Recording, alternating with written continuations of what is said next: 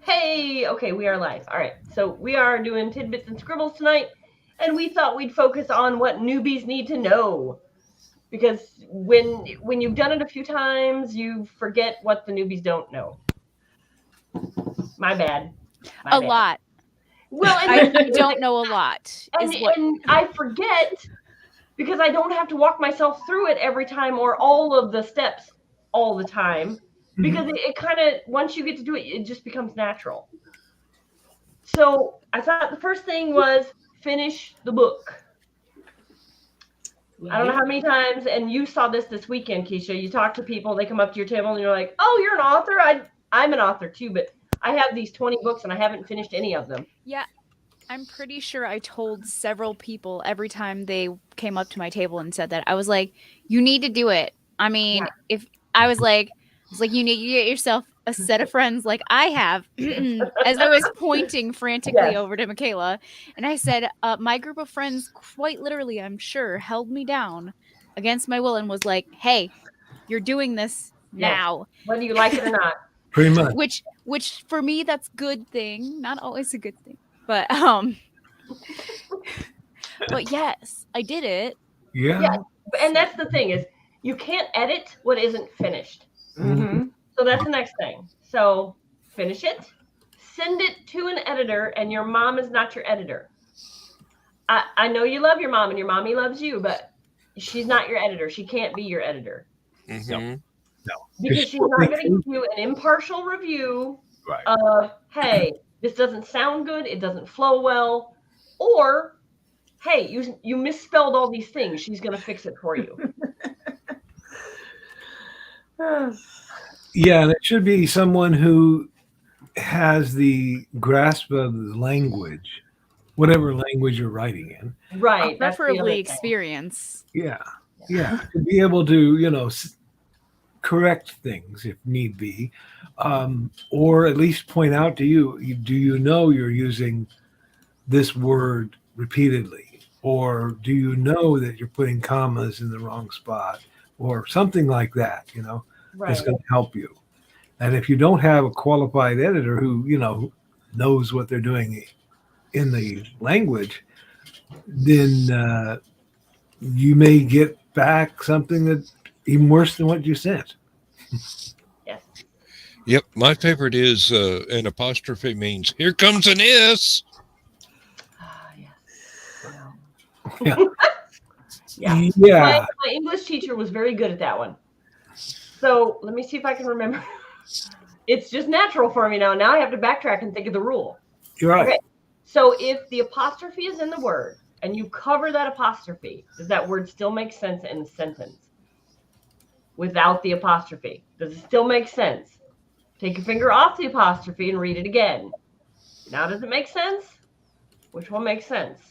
Is it the Smiths, as in the whole family, or the Smith? Which one is it? And how do you say it? Yeah, yeah. So that is what catches me. So I've never, like I said, I don't think about it now, but that was her rule. I should have looked it up before we did this, but And the one that used to get me a lot and still occasionally does is it's. Mhm. It does not have the apostrophe unless it is the contraction. It is it is, yes. like it's time. And if you're saying, that thing that belongs to it, that is its name, then no apostrophe there. Mhm. Even though you would use it for a proper name like Mike's car or whatever, and you'd use the apostrophe then, but not for it. Yeah. Right. Back when I was in grade school, Mm-hmm. the English teacher would tell us you use the apostrophe every time, and people figure it out from context. The Right. rules have changed since then. Yep. Uh-huh. It's no longer the 60s. No. And that was the same for me, when I learned it. And my school was a little bit behind the times, and that's how they taught us too. But I've had to learn to Right. Mhm. overcome that and change it now. Yeah. Well, and it used to be when you did dialogue, you must put he said or she said or they did or they said. You Hmm. must put a tag on it. These days, it's not really required in the type of writing that we do. Now, if you're doing something more formal, it may be required. Mm-hmm. But that all comes into, you've researched your genre, you know what you're writing in, you should know the rules of that genre. Yeah. But in fiction writing, it's not really required. Mm-hmm. Joe Bachman says that gets him constantly too. Yes. It's a tricky subject. There Yeah. Yeah, are you can do it. You can do it in short bursts.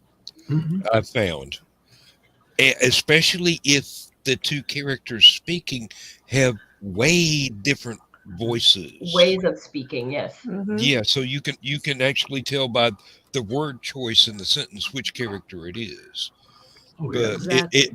it doesn't hurt to drop the occasional attribution in there, even if it's Right. just one character, and when the other one answers, there's no attribution.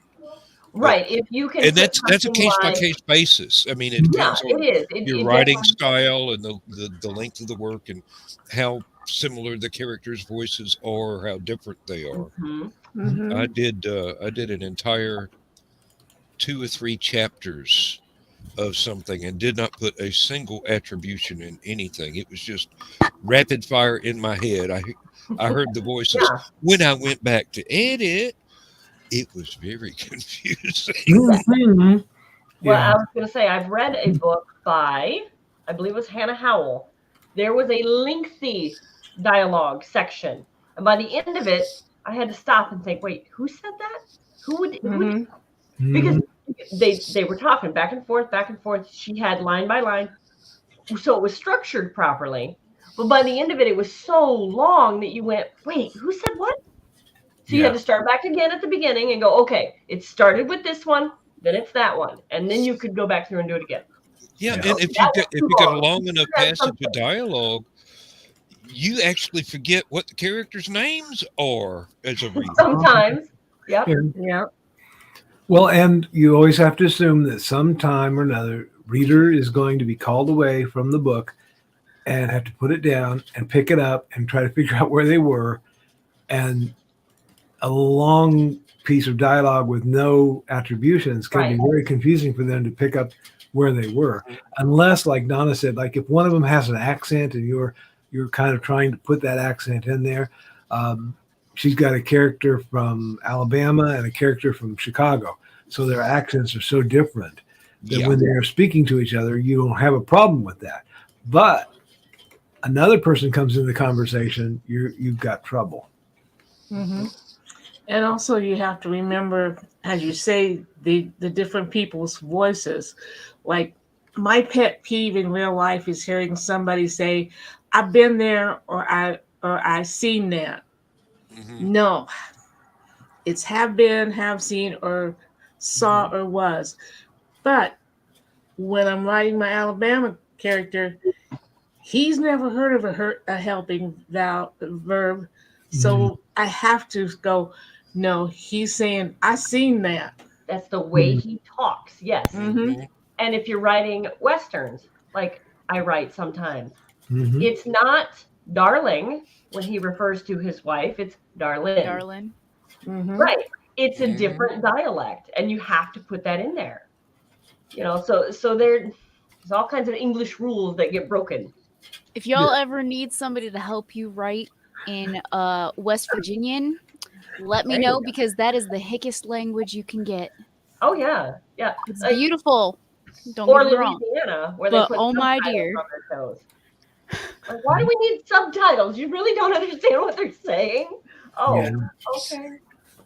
Okay, so the next thing I got is I need subtitles at family reunions. yeah, I bet you do. Good Lord, because you're already down there. Yeah, well, you get people from Kentucky and from Carolinas and East Tennessee and Georgia and Alabama and Texas together. You kind of Oh, my. need something. You To need a give you a hint. buffer. Good God. Yeah. We were watching Dialect? we were watching a program about Stonehenge the other day, and they had to go to Wales to look for something. If Yeah. you've ever heard the Welsh accent, Yes. they Yeah. subtitled this one guy's entire conversation because it was like, what the heck is he? And he Yeah. was speaking English, Yeah. But In a different dialect. But Yeah. you're not sure they're speaking English. For Yeah. sure, yeah. the No, question- they'll tell you it's English, but it's their version. Mhm. Yeah. Yeah. So we've finished the book. We got to that point. Okay, new kids. Now we need to edit the book. Mhm. Like I said, Lots of crying is involved, I believe. Yes, it is. Lots of red Okay. marks and lots of crying. Yes, you're not the only one, and it happens. I every did that damn right time. then. Okay, we're good. Yes. Yes. Lots of cussing. And, Lots of and, thinking that your editor doesn't know what the hell she's talking about. and having done the editing too, that also happens on the editor's end, crying and cussing. Yeah, I was And the sitting here editor going, says, "What the hell is this you writer do realize thinking?" the editor's going to be crying more than the writer. Sometimes, and then sometimes the writer sends a nasty email, makes the editor cry more. So anyway, It wasn't me, I promise. No, but Okay. the one thing I wanted to touch on with editing is, as a writer, your job when you hand it off to the editor is to leave it alone. It's tempting to think, oh, I could change that one more thing. Mm-hmm. Because I said that to Linda when I first sent mine in. Don't feel bad, Keisha. I said that to Linda. I said, well, I can't just not write. And she says, well, do you have the second book done? And I said, what second book? And she says, well, do you have a second book done? And I went, well, no. And she goes, write the second book. There you go. Don't touch that first manuscript. It's tempting because you think, I should have worded that differently. I should have added this or taken that out. That was But the the hardest problem thing for me. comes when you get that copy back. Now you don't have the right copy because you've edited the original copy. So delete the original when you get the copy back from your editor. Not until, but when you get the copy back from your editor, delete that original. Or put it in another file, but don't touch it. That's your original, and call it piece of crap because you're not going to look at it again. Okay? We used to have to do that with actual file folders. It's so much easier in the computer age Oh my to, God. To create a new folder that says old copies, Mm-hmm. put it in there. Yes, it makes it so much easier to forget which thumb drive you put everything on. Yes. Now, I know. when Donna and I worked together, Yeah, preaching she to the had- choir. I we got have like a- 9 of them. I'm sorry. So, but the other thing I wanted to suggest, because I hadn't thought of this before, but as a new writer, when you think of those things, you think, oh, I sent that to the editor, but I can really tweak that one scene and make it better. Write it down. Write it down in a separate little, like Word doc or Google Doc, whatever you use. Write it down. And then when it comes back from the editor, go through it and put that scene in. I'm Because not you can always saying send it any back to names. the editor again and say, here, I changed some things. Will you check it again? I'm not saying any names, but oh my gosh, somebody I know really close to me had such a hard time with that because I was like, okay, so context, this person wrote this book like 7 years ago, and while they were going through every single time they found something that they wanted to change, not mentioning any names still, but my editor, or I mean the editor finally said, do not touch this. And I was why? like, okay, Why did your editor say not because touch? I kept touching it. And But here's the thing. Here's what you're not getting, or you haven't said yet. Yeah. You don't touch it because, like I said, when you get that copy back from your editors, you're going to be so jumbled and confused. You're going to be like, oh, did I add that piece? Or yes, I did. No, I didn't. Did I put it into that file or this file? Is this the right file? Stop. Mm-hmm. Let it come back to you. Then take that file that you put all those extra ideas in.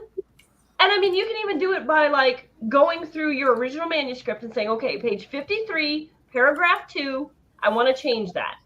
Put that in your other document. When you get your edited copy back and you get to that page and that paragraph, go over to your document and look at it and say, do I need to put this in here now? Or is it just something on a fluke I thought of and I can just toss it now? But then you won't get all jumbled up and confused and Then your editor won't look at the second round and go, what is this?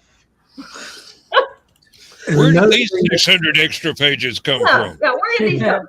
Oh, I could have Another added thing- several. Another extra thing that could happen is that your editor might look at that where you're editing in that piece and say, this whole section is really superfluous. You don't need that for the story. You need to just take it out. And here you've edited it 3 times since then, trying to make it better. And then you look at it and go, oh yeah, you're right. That part makes no sense. I'm taking it out. Really? Right, or it doesn't move the story forward. It doesn't add anything to the story. And you can take it out and make the book My better. friend is still learning. We all are, because trust We me, all are. there are some on the believe me. shelf here that I would love to go back through and redo. And as soon as I get my rights back, it's happening. Yeah. Yeah. Pat Elrod's got like 8 to 10 of her first books. She's got the rights coming back to her. She's Yeah. rewriting them, and there's one that she's working on right now. She's already added an extra 20 or 30 pages to what had been printed and sold. Well, and we're kind of getting off track, but when you get your book back from an editor or from a publisher, like you get your rights back, now that first original book will never exist again. If you decide to republish, it's a brand new book. You can add stuff to it. You have to change the cover in most cases, and you have to change the blurb. The ISBN number changes. So I have to change it anyway. Why wouldn't I go back through it and make it better? And as you're writing and as you put out more books, you should become a better writer. You should look back on your early works and go, I don't know if I like that. Oh, that is a pile of dung right there. Pretty much. That's when I was going through my manuscript, I was like, I wrote these words. I would not write those words today And that I that's wrote back good. then. That's good. That means you're learning. That means you're growing. And I was very sleep deprived when I wrote the first one.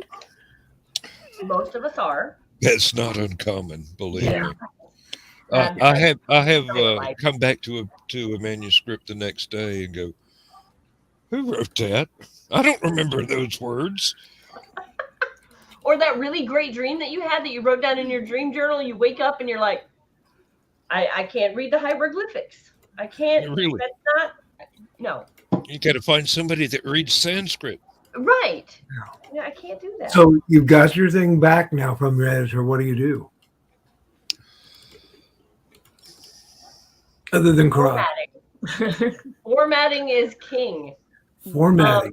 Either a lot of people have to pay for a formatter, and a lot of people do that for whatever reason. Some people say that you must do it. Some people, like me, have worked around it. There are programs out there like Drafts to Digital that you can upload your manuscript, your raw manuscript that's been edited, and they will format it for you. And they will walk you through step by step of how you want it formatted.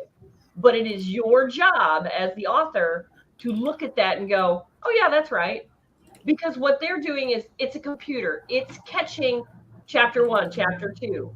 So it's going to ask you, are these your chapters? Does this formatting look right? And you have to tell the computer, yeah, that looks right, or no, it doesn't. It's missing a chapter.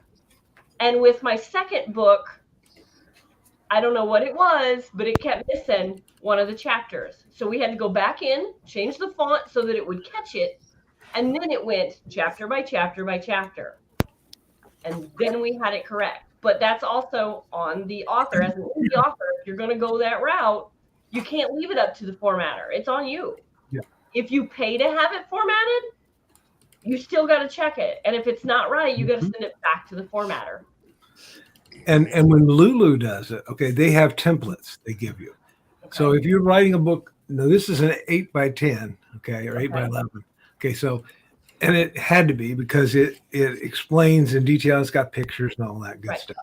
Okay, so I use this template, and I accidentally used this template with one of Donna's books, and it came out this big. And I'm like, Yeah. A Okay. color book, yay! use that. to get it down to like a 6x9. Right. Okay. And if I send in this copy, okay, Mhm. in my word processor, and they push it down to this size, you're going to end up with small fonts that nobody can read. And this is something we just discovered recently. Okay. So don't do that. So make sure you either use a formatter like Michaela was saying, have somebody else do it, or get a template from your publisher or whoever's printing it to make sure that you get it in the right format. Because in the old days, back when I used to do this, you'd have to give the files to the printer locally. Then you'd have to go down there on a Tuesday afternoon and they'd print out a couple sheets and say, "Do these look okay?" And you're like, "Oh my God, no." So, that was our proofing. That was how we had to look at it. So that might take us to the next step, Michaela, which is? Yeah, order a proof copy. One single proof copy. I've never done it. And I kicked myself in the rear end because trust did not come out correctly. Yeah. I just got one ordered tonight. Yeah. And then Obsidian Hearts did not come out right the first time. Mhm. And I ordered 30. Because people have done that same thing and then complained to Lulu now has a new process. When I upload a book, they will say, "Okay, this book is fine, and you have to order a proof copy. You cannot hit the publish button. It's grayed out." Good. So you get down to the end and it says order proof copy. You order the proof copy, and then when Lulu gets notification that has been delivered to you, another button appears that says approve proof copy. You can't click it before they know you've got it. Okay, they've learned the lesson. Mhm. And so you Yep. say approve the proof. And if you don't, you better go back and fix whatever it was. And then you got to order another proof copy. Well, and that's part of being an indie is it's not cheap. No. So yeah, you have to order the book, even though it's a proof copy, and even though it's cheaper than the regular retail price, you still got to pay the shipping. You still got to wait. That's why pre-orders are so awesome on Amazon. But you got to plan those ahead of time. If you know that your book is done, and this was my fault last time, was I had my pre-order, I had to get the thing uploaded by midnight, and I was like, I can do it. No, I cannot. So I have to. This time, the book will be done through the editors before I ever put it up for pre-order. But will I do pre-order? Yeah, probably. Just to see what happens this time, this way. But if it doesn't do a lot for pre-order, next time I probably won't even do it. I'll be like, "Hey guys, uploaded the book last night." What's the So difference? I feel this because we were discussing this before the show, me and Michaela, because my book, mind you, it is not unreadable.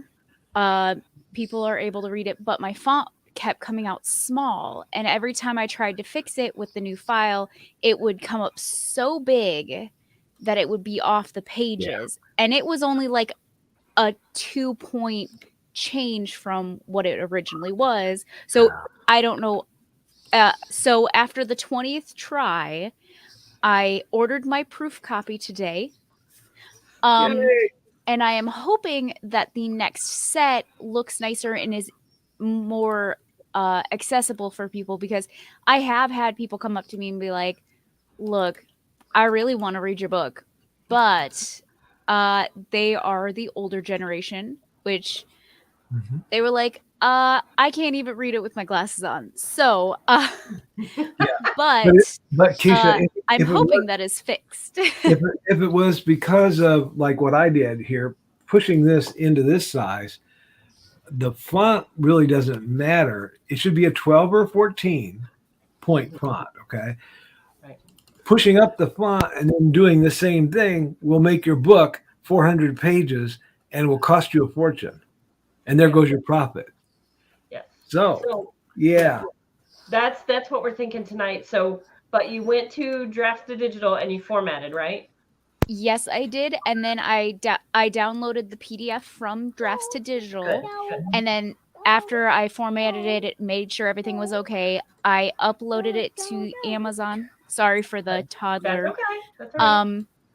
So I uploaded it back up to Amazon. I made sure to go through all the pages and make sure that everything Good. was the way it was supposed to. And it no longer had it actually told me that the I don't know, those little red marks and stuff like that on the Yeah. sides, it said that it could not find anything wrong Good. with the manuscript. So I placed the order for my Will Proof This Work copy. Yeah. Okay. So I'm really hoping that this one works, because that would be Good. great, so that I can order some for the next con. Right. Now, what I was going to mention is on that, when you first uploaded it, it had those little icons. Did you see that you could scroll over those and those would tell you exactly what was wrong? Yes. Okay. Because And if you I format went it, down and that for some rabbit reason, hole. like page 36, there's a word outside the formatting parameters. It'll It tell was you that. literally every page, Right. which was Right. my issue. So when I went down the rabbit hole of, hey, how do I fix this, and questions, it didn't quite answer my question. You actually helped me more than Amazon did, so Okay. thank you. You're welcome. And Good. that's the thing is Amazon can be helpful, but they can also be a pain in the rear end, just like Lulu. Like Yeah. there are good points and bad points to every platform you use, and so whatever you're comfortable with, stick with. If you find one that works better for you than mine works for me, go for it. Have fun. Run with it. My daughter just asked me if, Michaela, you are the one that I work with, because she saw you with me at the con the other day, and I was like, yes. Yes, we are coworkers. She said she liked your dress. Thank you. Oh, that's nice. One other thing I would mention is that nobody at Amazon or Lulu or any of these other print on demand places will actually have a live person that even lays eyes on your book, except the guy that grabs it and shoves it in a box. So, don't depend on them to catch something, because they won't. There's nobody there. Their computer spits it out to a printer. The Yeah. printer prints it and binds it and shoves it out to another guy who says, "Oh, nice cover," and shoves it in a box, and there you go. Yep. Yeah, and literally shoves it in a box. There are times you get books and they're like this. I've actually had that happen so far, and I'm like, how hard is it to put a book in a box, guys? Yeah. Apparently too hard. Yeah. Yeah. Yeah. But and here again, if that happens and they're damaged beyond use, then you need to put a call into Amazon again, or an email is what they do. They say, click this button and we'll call you. And they usually do. They within a day or two they'll give you a call. I've had it happen within an hour, so Yeah. that was amazing. But that was business hours, Monday through Friday in the middle of the day. Yeah. What else? Still things can go wrong, but you should look at every book before you put it out on your table to sell, or whatever. And that is the one thing that if you have a publisher, they deal with that. Mm-hmm. That is the one thing that I will say. If you really don't want to deal with that stuff, go through a publisher. But if your profit And margin so I did. suck. Yeah, Donna did. Yeah, I did too. Yeah. I'm gonna But hire there's other issues with that sometimes. Mm-hmm. Yeah, like my first book, I make maybe $3 after shipping per book, maybe. Yeah. And that's if I don't count what it cost me to go to a place to sell it. Well, let's not talk about So that. basically,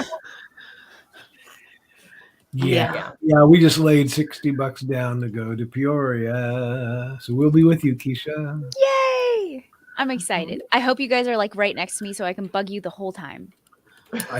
I think you're gonna be close, because yeah, I was gonna say, and the promoter of that, Jen, she's pretty good about that. If you just say, "Hey, I want to be by them," or oh no, I said I want to be like right on top of their table. good, Yep, that'll work. Okay. my books. So, as the newest one of us, Keisha, what other questions do you have? Okay, so since me and Michaela talk a lot. Okay, so publishing through other formats on top of it, while you self-publish.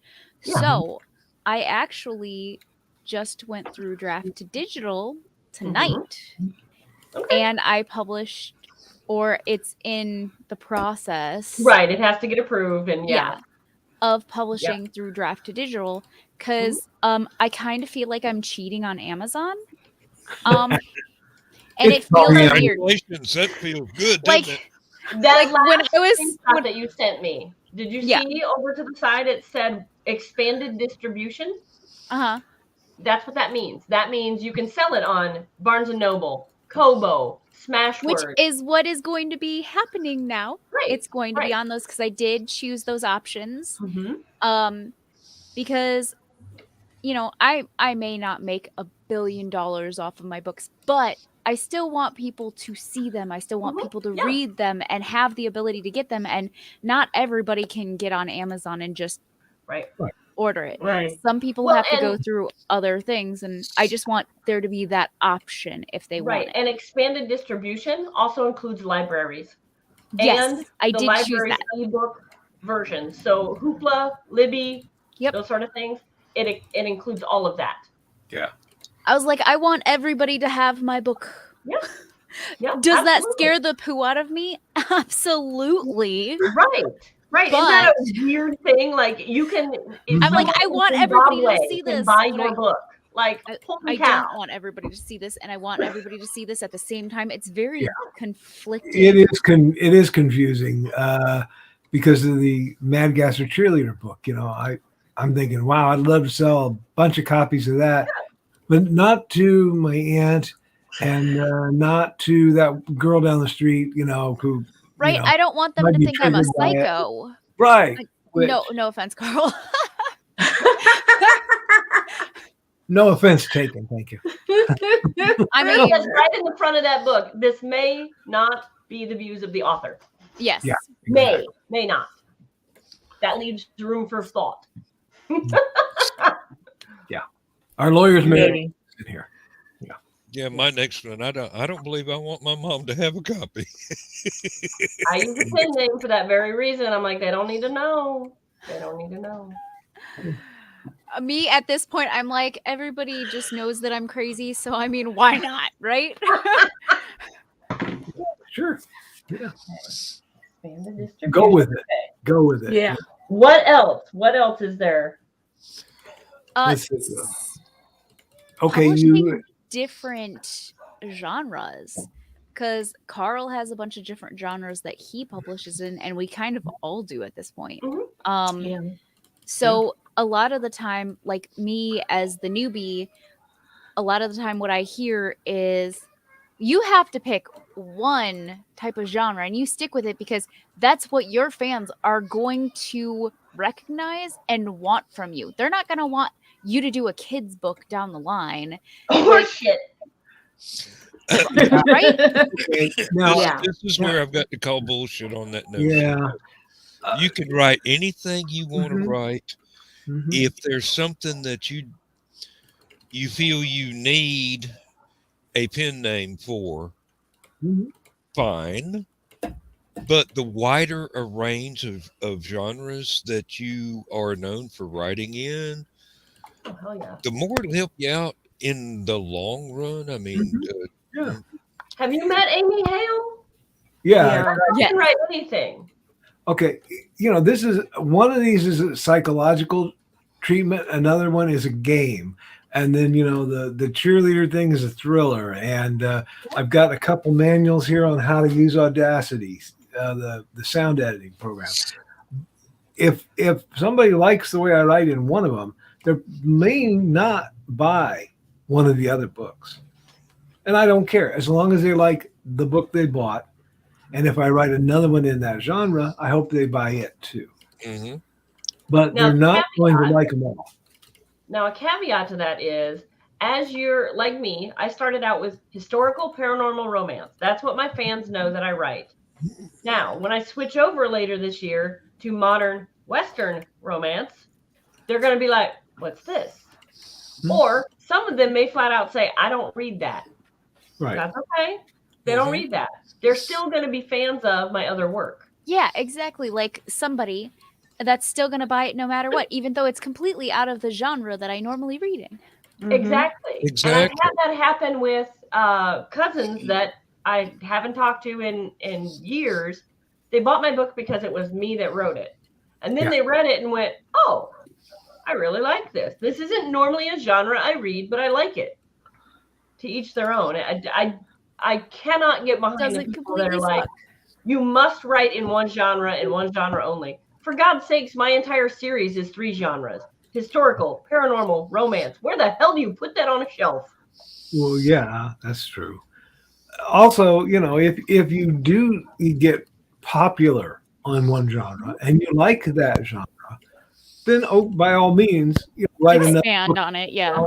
be known for that, But I can feel the handcuffs going on there at the same time, because now you're stuck in that particular genre.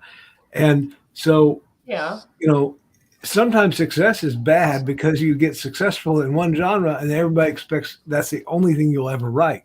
And that is not true. Was it Neil Gaiman? Well, and that goes even further. Sometimes you wind up with fans that get mad if you don't write the same characters every time. Or you don't write them correctly. Yeah. Yeah. Are we talking from experience, Michaela? A little bit. Okay. Because but at least badass warrior. There was a scene where I had her a little bit more gentle, a little bit more. She was a little bit more needy. And my editor said to me, "This isn't the Cassidy that I want to see." I'm like, "Well, screw you. The Cassidy of the scene." So, but it wasn't true to her character, so I do a little changing. But real people are like that. Real people have mood changes and almost. And that was a comment I got just today on Trust, because the fan that had read Secret, Trust, and he hadn't yet read Worth. But he said, I like the way that the 2 main characters grew in this book. The characters grew. That's perfect. That's exactly what you want. Yeah. And if somebody really complains about the way your character acted from one book to another, then that means they were paying attention. They were reading it. They were caring about what more could you want? Yeah. I mean, yeah, that's one thing I established early on with the Spaceport Bar short stories. You weren't going to get the same narrator every time. Okay. There are 8 or 10 different narrators, and all their stories are in different styles. But it's all in the same location, and they might have a bunch of the same characters in it, or they might only have 1 or 2 in common. But it gives me a chance to use different narrator voices. Yeah. Well, and each person or each narrator is going to see the same scene differently and feel it differently. One thing I've never tried, but I've thought about doing, is an unreliable narrator. Okay.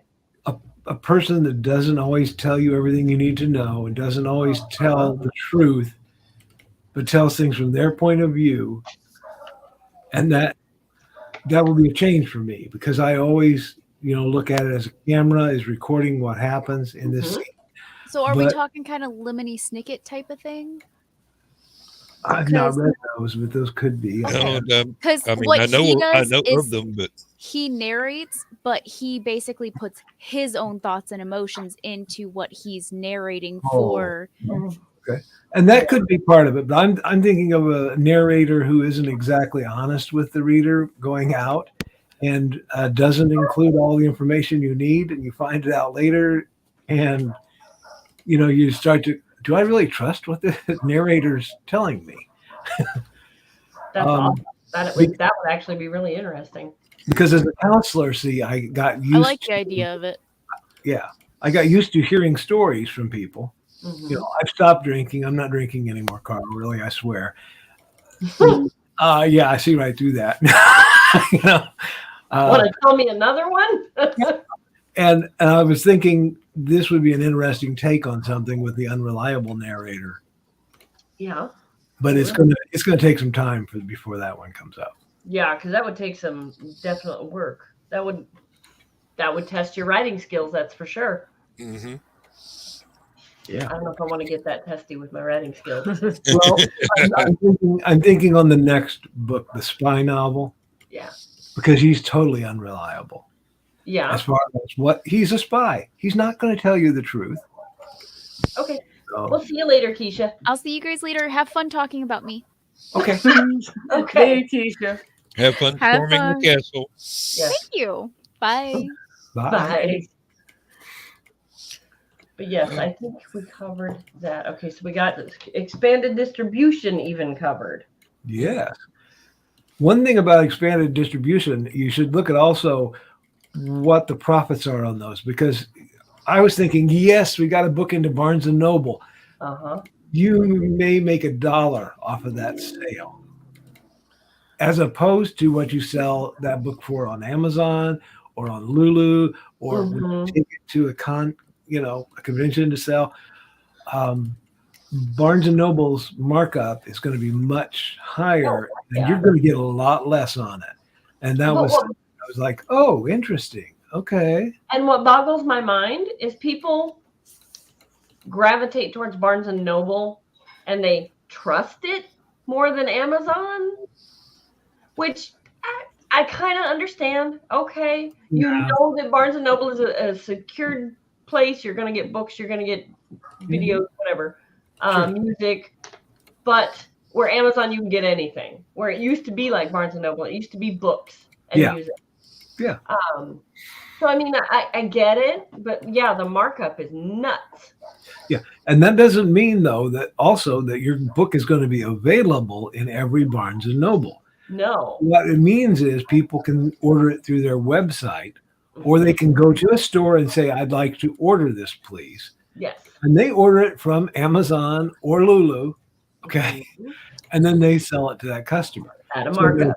There's markup from Amazon, there's markup from Lulu, there's markup from Barnes and Noble. By the time it gets to you, you're lucky if you're making $1. Right. So, and a lot of people don't see that. They see, oh, you're a famous author. Okay, you must be making good money. If there wasn't a middleman, sure. Or 2 or 3. Right. And the printer, by the way, and you've got to pay your editor and your book cover guy. And, like there's all these costs that go into making a book. The only way to get around those costs is to go through a publisher, and a legitimate publisher is going to give you a percentage of that book, and it's going to be this much. And then you're going to say, well, I'm not rich doing it this way either. So it's pick and choose. Which do you want? What do you prefer? Do you prefer that you write the book and then the publisher takes it and says, okay, here's how we want you to edit it. Here's the cover we want to put on it. Here's the blurb we want to put on it. Go. If that's what you want, go for it. There's nothing wrong with that. But if you want a little more control, you're going to have to do it yourself. But that means you are going to have to do the work. And then also you might want to take it to a convention or a book show. And now you've got to be a salesperson as well. Yes. And it pays to go and read a little bit about salesmanship or saleswomanship. Right.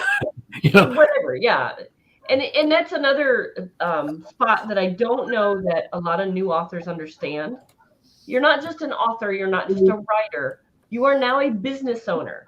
You are now a marketing genius, or you're supposed to be. You're also the accountant. There are so many hats that you have to wear.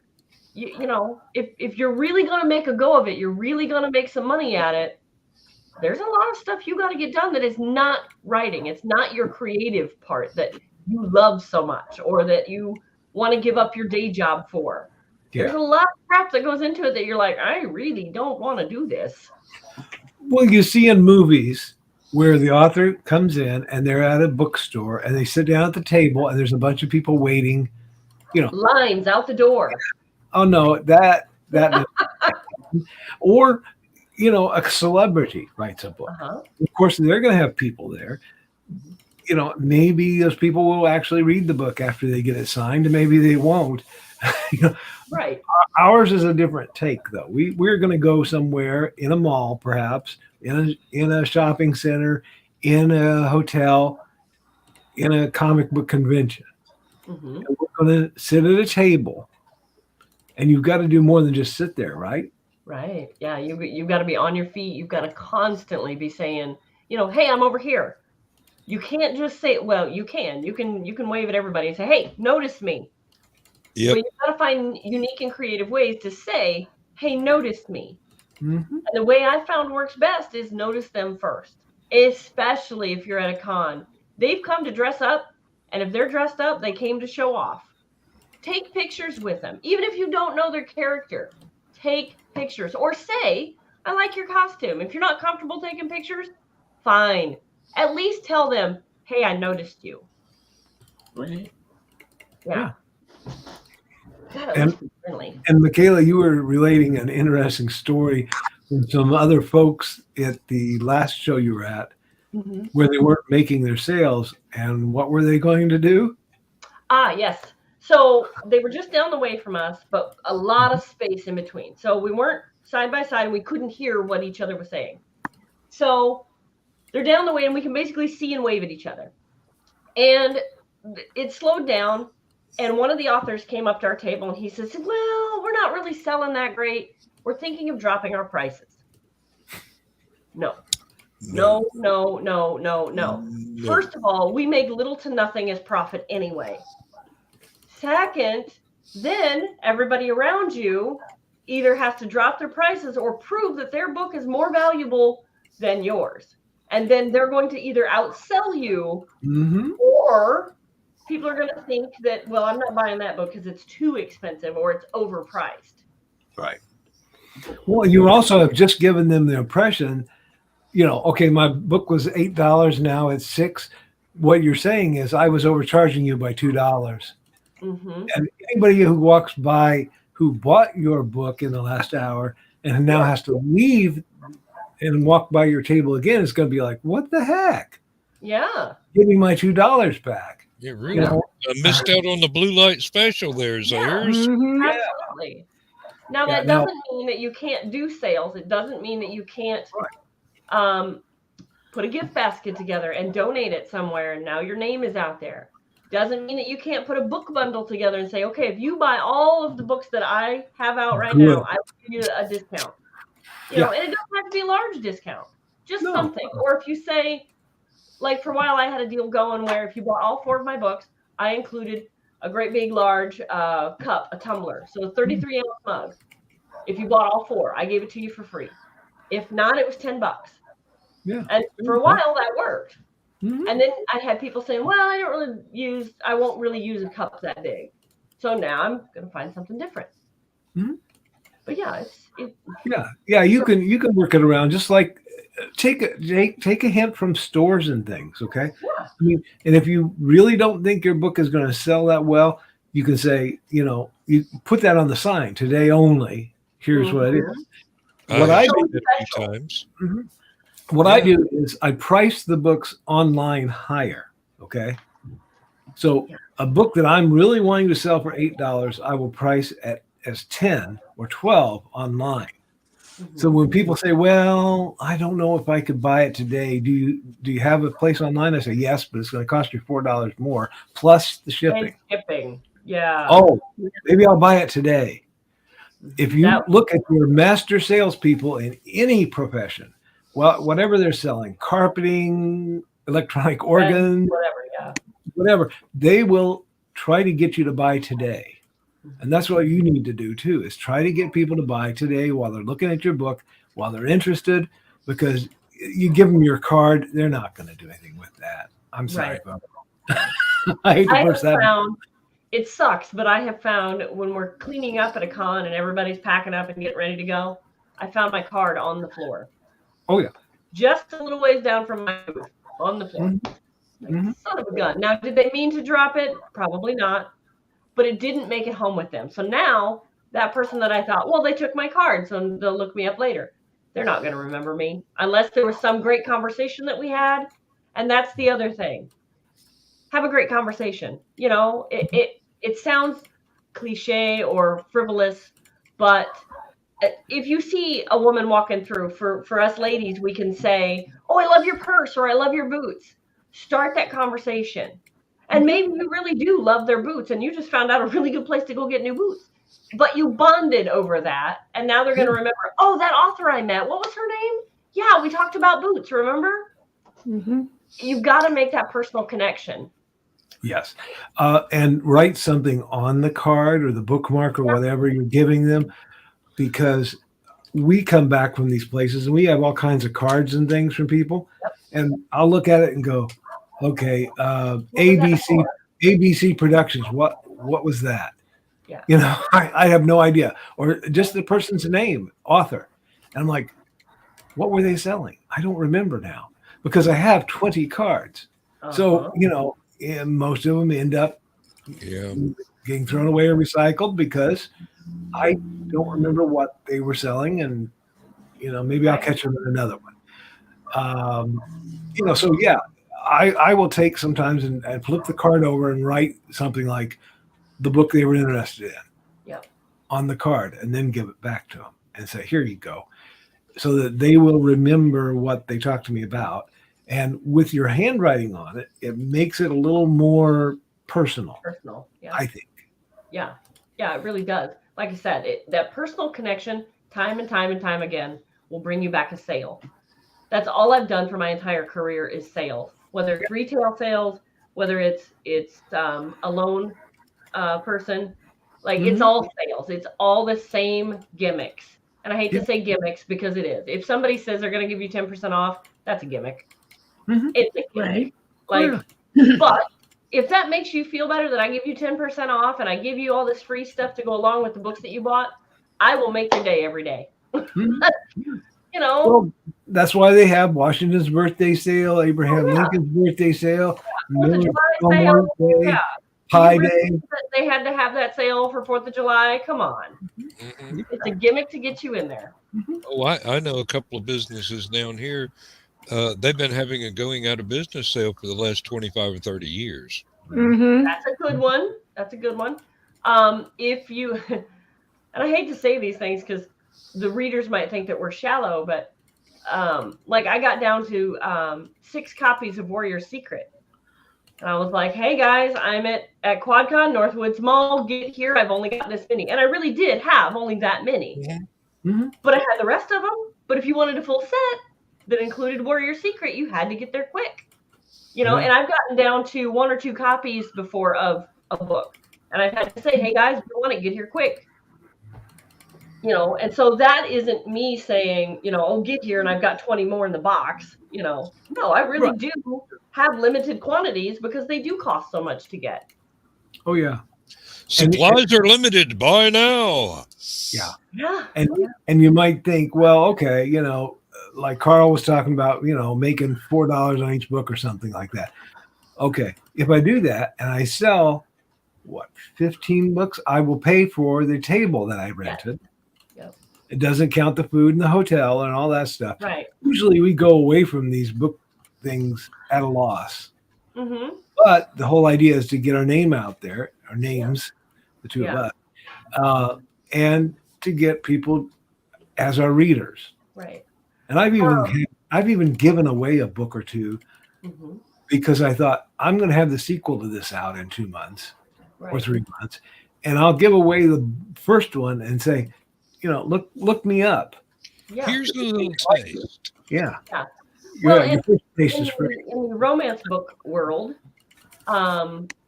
women will, well, I shouldn't say women, authors will get together beta readers and ARC readers. And a lot of times they will get books for free if they agree to then leave a review. Some people say that's not a great way to practice business. Some people will say, you're not supposed to. It's going against all the rules. Others are like, no, it's standard practice. You're supposed to. So the jury's out. Pick which one you want to do. It doesn't usually work for me because I can send out 50, 60 art copies and I'll get 4 reviews. Like, well, that was worth it. That was worth my time. Back when we ran a computer club here locally, I would write to different publishers and say, would you send me your How to Use Windows 95 book? Okay, this is way back in the day. And they would and I'll write a review in our newsletter. Okay. Mm-hmm. And they don't know how many subscribers I have, but you know, Right. and I could send them a copy of that newsletter showing other reviews that I've done. Mm-hmm. And I had posted them online as well. This was the beginning of the online era. And people could say, oh, yeah, he does. He actually writes reviews of books. He's finished some of them. Therefore, he's a good person to send to. And we started getting totally unsolicited books. People would just send me books and say, please review my book. And I'd be like, I didn't even ask for this book. No, I know, but please review it because I saw you reviewed 10 other books in the last 10 months. And I want my book in your next issue, you know. And if you have unlimited time on your hands, I've read an article, and it's true. I did my digging and my research, and I figured it out. If you have a ton of time on your hands, you can go through the Amazon reviewer list, and you can narrow that list down to the genre of book that you write. And they will give you a list of people that have reviewed books in your genre, and you can ask those people to review your book. Yeah. Now, do I have that kind of time on my hands? No. That list is gigantic. Yeah. Because then once you get the list, then you have to look at the person. Well, you don't have to. You could submit to all of them.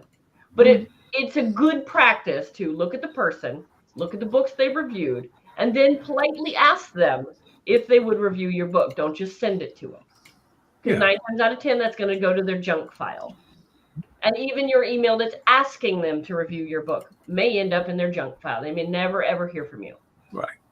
So it's a lot. But if you have the time and the wants, it is there. Mm-hmm. Well, and if I was going to write a historical paranormal romance, okay, I would look up Michaela Jade and I'd see who wrote reviews for Michaela. Mm-hmm. And then I would approach those people. I don't even want to look at the huge 10,000 people list. I'm going to look at who's actually written reviews and is a proven good reviewer of other people's books in my genre. And then I'm going to say, okay, yeah, that person, you know, looks like they've written 20 reviews. They'd be real good, you know? Yeah. It's the same if you put out a TV. Look at who's reviewing the TV, you know? Because when I buy a TV, I don't review it. I don't care, you know.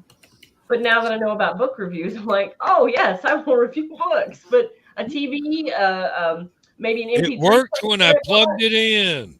Yeah, like.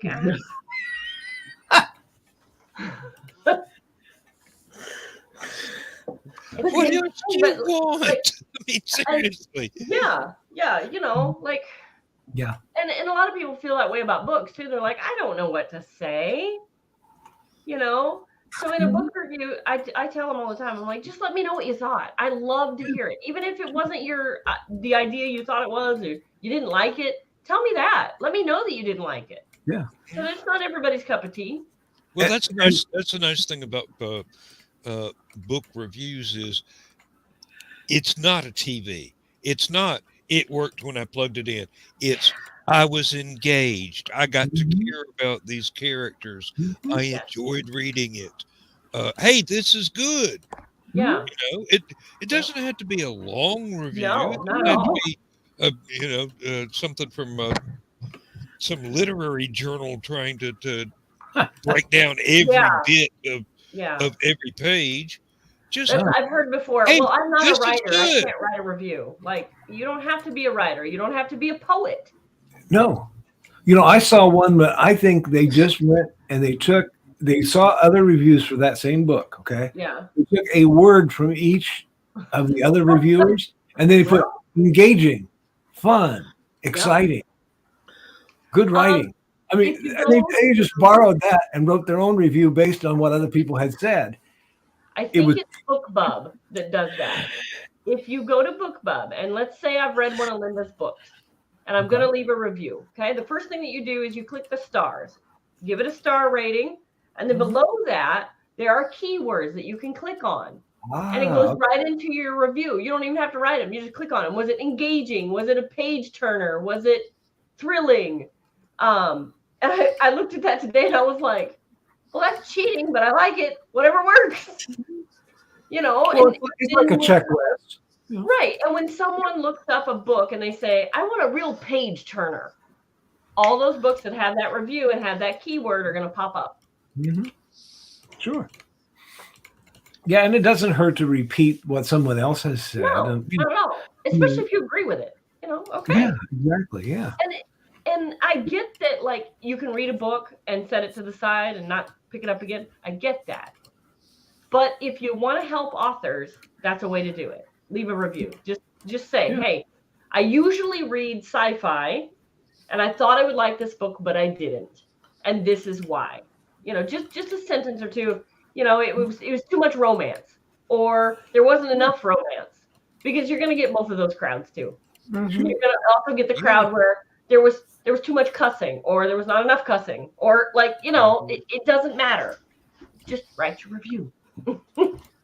Well, because that helps. Because, I mean, you know, if someone says there was too much cursing in this book, I might go, that sounds like an interesting book. I might get There's that. been one where There's way too much sex in this book. Instant bestseller. Yeah, exactly. There was a girl saying that she'd gotten this horrible review from someone who must not have read that she writes BDSM romance. Oh, The there you woman go.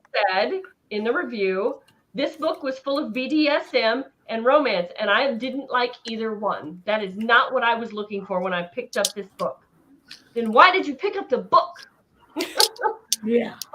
So in that respect, you can laugh at it, but it's like, so the book wasn't a genre that you like. It didn't cover a subject that you liked, Mhm. and you read it anyway. Okay. Well, but she bought it and read it. Good. Right, What else like- can you ask? Thank you. right. Put it Okay. on- Thanks. Put it Yeah, on your like, shelf or put it in the rummage and Right. which maybe makes somebody other else will turn into a right, page. which makes other people go, oh, it had BDSM and it had romance. That's what I want. Okay, I'll read that one. Yeah. You know, like, it doesn't hurt you any to have a bad review. Donna, No. we're talking over you. Did you have something you want to add to that? No, No? but I did get a personal review face to face that the seduction of Lily Monroe didn't have enough sex in it, and I'm like, Wow. I don't I'm know. not sure what page you would put more on. Yeah, You'd have to add extra pages. Extra Yeah. pages. Yes. Guess Maybe I foldouts in the middle. Oh, there you go. Centerfold. that would have been interesting considering the late 1800s. Yeah. Uh-huh. Centerfold. Ooh, an ankle. Yeah. Hey, that happened at a steamboat convention. Lindsay propped her foot up on a chair and straightened her Oh no. her garter, or not her garter, but her little the sock she was wearing over her stockings. Okay. And it's like camera flashes went off everywhere. We That's all actually it takes. Well, shoot. we actually saw a post going, "Ooh, a well-turned ankle." Wow. Oh my God. What is that? The song "Anything Goes." Mm-hmm. A bit of stocking was something shocking, and now anything goes. Lord. Yeah, that's part of the song lyric. So Okay. Oh yeah. I've probably But, heard it. I just don't remember. It's not brand new. Let's just say that. Okay, Yeah. I don't listen to brand new stuff. Brand new stuff is kind of poopy. And you were talking about how some fans might like certain Got me. characters. Mm-hmm. I've got one like that. She lives for when the Beth and Hill series comes out, but she still buys all the rest of them and reads them. That's yeah, good. Yeah, that's that's a good good. plan. But Because that's she's one like, thing. Go ahead. she says she likes to compare them, but Hmm. I have been told that the next one that comes out has to be a Beth and Hill. It's about time. Oh. Yes, ma'am. Well, and that's kind of where I'm headed with this new modern Western that I'm working on. It gives me a break from the Elite Warriors and Hell's Vein realm and all that, which is fun to write. It's not that I don't want to write it, but I need something that is a little bit different a little bit off that I have to change my thinking. I can't, because with historical romance, no matter what historical period you put it in, you have to get historical facts correct. Mhm. Otherwise, it pulls your readers out. Like if you're in the Middle Ages and dude pulls out a cell phone, we have a problem. You know, so there you don't Either that have or you to got a be. time traveler. Yeah, you don't have to be specific, but you do have to nail down some of the historical detail. Mhm. Sometimes I'm down a rabbit hole of research, whereas something modern, I don't really have to research that much stuff. Right. Yeah. So it gives me that break that I can have fun. I don't have to research anything, and I can just write a story. And I don't have to think about, did they talk that way back then? How would they have acted in this situation? No, it's modern. I can just write. I can just freaking write. And then when I'm ready and I want to research that stuff because it's fun to me, I can go back to that other series. Mhm. So now I've got these two separate genres, modern Western and historical, which is like medieval and Viking era, and like they're completely different. Mm-hmm. There's, Mhm. I don't know, my fans might follow me, they might not.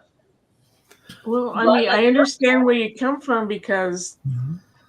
see, I have two series they're both the same genre, but they're two separate couples that I Yeah, go back and forth, and then I have the other ones that come up. yeah, The fantasy one I did, the adult historical romance I did. yeah, You know, because every once in a while you got to step outside and Well, stretch a little bit. and I think it all goes back to, don't let anybody ever tell you you can't do anything. Like, you can't write that genre because your fans all know you for this genre. Right. Well, okay, they do know you for that genre, but what's wrong with trying another one and telling And your getting fans, different hey, fans. yeah, Mhm. hey, I tried this. If you like it, great. If you don't, that's okay too. And gaining those new fans. Sure. Yeah. And you want to write stuff that you enjoy. Uh-huh. I mean, Otherwise, don't it's a job. Yeah. I've heard so many people say, I want to write something that sells, and that's a bad way to go because you can write stuff that sells and makes you a lot of money. And it's usually in an adult industry. Okay. But, is that where you want to go? And is that what you enjoy writing? If it is, great. If it isn't, then you need to write something that you would like to read. And I think Yeah. you've said that many times, Michaela, write what you want to read and be happy, What were you going to say, Dan? I was reading a post just yesterday by an author who I have one book of his on my shelf, and that was an okay book. Mhm. And he was going, "Okay, folks, this is a real departure for me. This is the first time in 20 years that I'm going to write a book that I did not have a contract in hand for before I ever put pen to paper." Ooh, And I'm going, "How the hell you managed that? yeah. You sold a book you haven't written." That's pretty impressive, actually. A lot If of he's a solid Well, writer, And he wasn't a big name. He's never had a movie from one of his books. but was he consistent? I don't know. I I've was going read to the say, one book. I've never seen anything else he's written. that's how Amy Hale got in with the Havenwood Falls series. They approached her because she runs her books and her author platform like a business, Mhm. Yeah. And she can meet deadlines. She's a damn good writer. Like, Mhm. I'm sure they've read her other stuff before they approached her, and Yeah. that was why they told her. They said you can meet deadlines, and you run it like a business, and we need people like that can put out books. Well, and it wasn't like some of the other writers that do uh, novelizations of movies or something. You write that after they've got their stuff down. You get a working script basically and adapt that into a prose novel. This guy was, I'm not going to write a word until you give me some money. Oh, Wow. Well, I'm not even going to come up with an idea until I've got a contract. if that works, hey, run with Sounds it. good, Yeah, but well, evidently, and I don't know how many he's written in the last 20 years, but like I said, I've got one book with his name on it, and I've never seen another one. I Thanks, do. Joe. Right, Joe? Yeah. Yeah. So we've written this book. We've got it edited. We've got it printed in the right format. We've Mhm. gotten our proof. We've gotten our box of books. We've tried to sell them. What's next? Selling them to everybody. Actually, that doesn't want 'em. actually going someplace to sell them. Yeah. Well, that too. But I mean, after you've done that a couple times, Write the next one. uh-huh. Once they get the Write next the one. next Yeah. one. Or Or- rather, write the next one should have been going along behind Yeah. the scenes while Yeah. everything else was going on. Probably. And that's Probably. also something you can do when it's at the editor, like we were giving Keisha crap about. While it's at the editor, if you feel like you need to write the next one. Yeah. But yeah, that was something I wanted to say then. I forgot.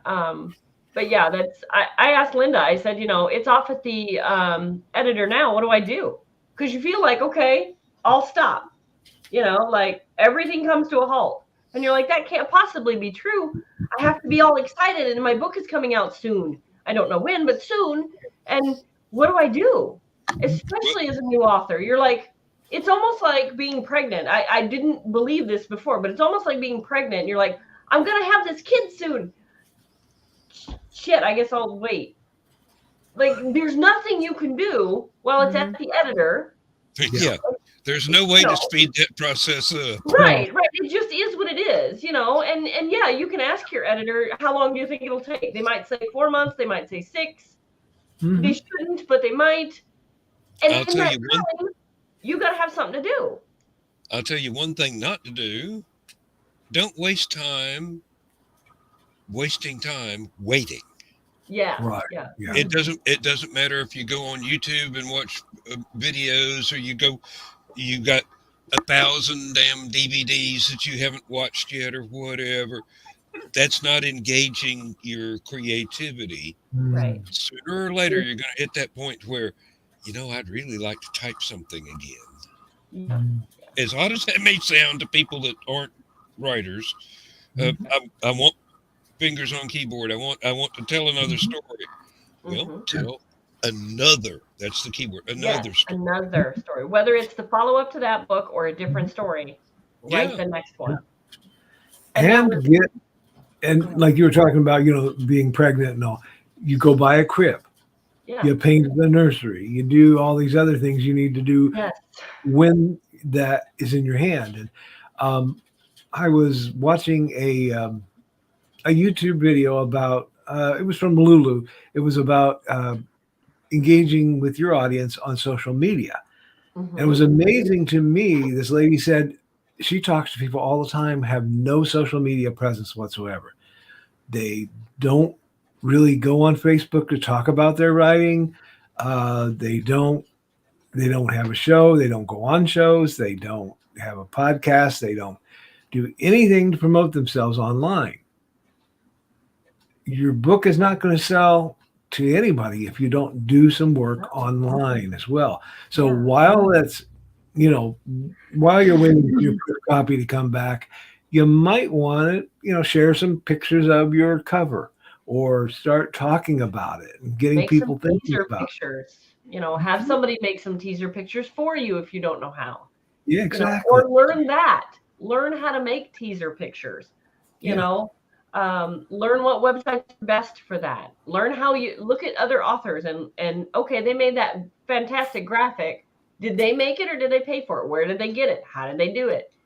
Yeah, there's tons to research. While you can't physically touch your manuscript because it's being edited or it's off at the printer and you're waiting for the proof copy, there's a ton of crap you can be doing. Exactly. I'm writing all these down, and I'll put them down in the notes later. Cool. But yeah, we are at an hour and 15. So unless you guys have something else, we can go ahead and end it. I think we've covered everything. I The think only we pretty other- much got this subject done. Yeah. Yeah. The only other thing I would say is that sometimes a beginning writer might not know the right questions to ask, Yes. and they may need a little help wording things. So, reach out to somebody who's been there before. If somebody wants to friend me, I'll try to help them out, and But see Uncle what we Carl can is do. grouchy sometimes. I Well, can get that. and as a corollary of what Carl said, sometimes a beginning writer might not even be aware that there are questions that need to be asked. Yeah. Right. Mhm. Mhm. Yeah, you don't know what you don't know. Beyond knowing the right question, you don't even know that there is a question. Uh-huh. Yeah. Mhm. Yeah. I'm trying to remember when I first reached out to Linda. All I was doing was, I wrote this book and it's amazing. I had no idea. And of course, I wrote a book. Yeah. To me, I didn't know it was called a manuscript because it's not in book form yet. It's still so it's a manuscript. I didn't know that. And so somebody said manuscript to me, and I'm like, what the hell is that? I wrote a book. It's in a notebook the size of Everest, but it's a book. Yeah. No, it's not. It's a manuscript. It's not a book until you get it published. Then it's a book. Oh, okay. So yeah, those two words are This is true. interchangeable. All right, guys. Well, thank you for coming. Thanks for the conversation. Thanks for having us. And Another good show. next week. Yes, indeed. And probably during the week as well on different things. Oh, heck yeah.